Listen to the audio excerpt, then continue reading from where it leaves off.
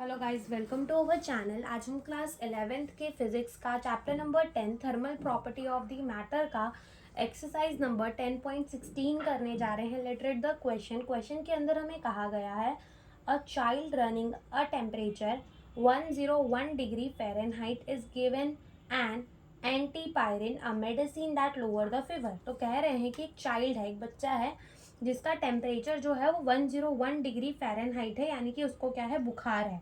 ठीक है। और हमसे कहा गया है कि हमसे कहा गया है कि उसको क्या दी, एंटीपायरिन, एक दवाई दी। ठीक है, जिसके वजह से क्या हो रहा है कि उसकी बॉडी में से इवापरेशन हो रहा है। ठीक है, पसीना निकल रहा है और पसीने के जरिए टेम्परेचर भी उसका जो है वो कम हो रहा है। ठीक है, उसकी बुखार भी क्या हो रही है, कम हो रही है।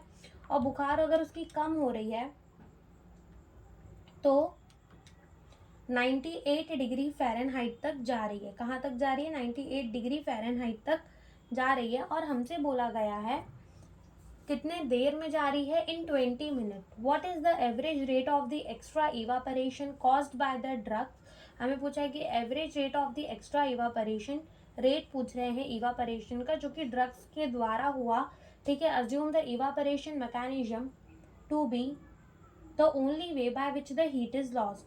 The mass of the child is 30 kg. The specific heat of the human body is approximately the same as that of water, and latent heat of the evaporation of the water at that temperature is about 580 calorie per gram. तो इस question को हम solve करते हैं। देखो, सबसे पहले तो यहाँ पर टेम्परेचर का डिफरेंस देखो कि टेम्परेचर में कितना फर्क आया। पहले चाइल्ड का टेम्परेचर कितना था, 101 डिग्री फ़ारेनहाइट। फिर कितना हो गया, फिर हो गया वो 98 डिग्री फ़ारेनहाइट। ठीक है, तो चेंज इन टेम्परेचर कितना आया, टेम्परेचर में आया चेंज कितना, 3 फ़ारेनहाइट का, 3 डिग्री फ़ारेनहाइट का क्या आया, चेंज आया। किस में चेंज आया, टेम्परेचर में चेंज आया। अब इस फ़ारेनहाइट को क्या कर लो, कन्वर्ट कर लो डिग्री सेल्सियस के अंदर। किसके अंदर कन्वर्ट कर लो, डिग्री सेल्सियस पे।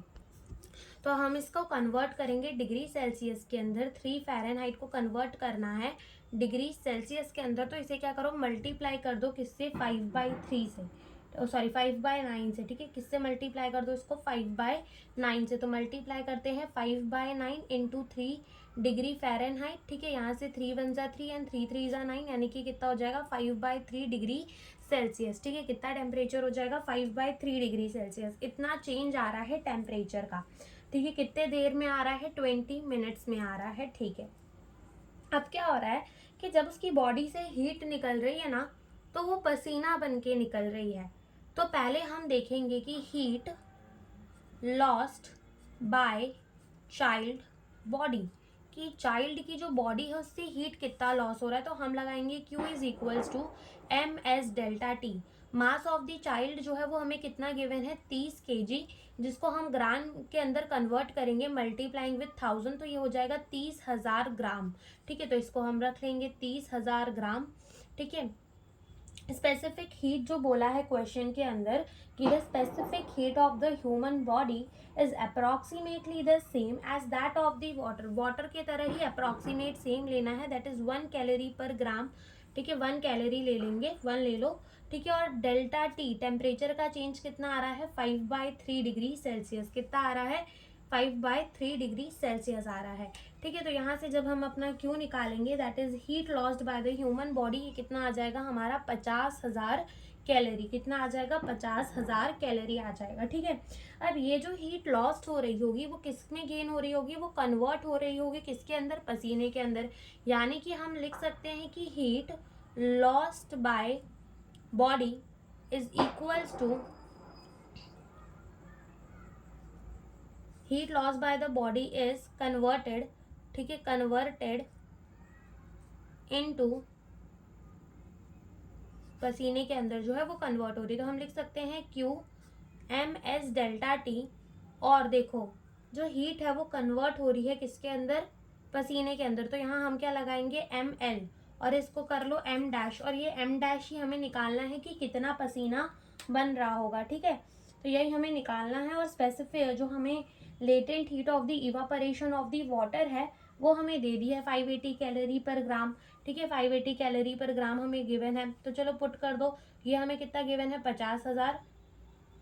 और एम डैश और एल हमें कितना गिवन है 580, ये कैलोरी में है, ये 580 क्या गिवन है कैलोरी पर ग्राम गिवन है। एम डैश हमें निकालना है तो करेंगे 50,000 कैलोरी अपॉन में 580 कैलोरी, और ये ग्राम ऊपर चला जाएगा, कैलोरी में से कैलोरी कैंसिल, और जब हम 50,000 डिवाइडेड बाय 580 करेंगे तो क्या आ जाएगा, हमारा आ जाएगा 86.2 ग्राम। ठीक है, इतना मास जो है पसीना इतना बन रहा है। ठीक है, फिर हमसे पूछ रहा है कि बता दो रेट ऑफ द इवापोरेशन क्या होगा, average rate of the evaporation, average rate of evaporation. ठीक है, average rate of the evaporation, तो वो किसके बराबर होगा, average rate of the evaporation जो है वो किसके बराबर होगा कि कितनी मास ऑफ द पसीना निकल रहा है अपॉन में कितने टाइम में निकल रहा है।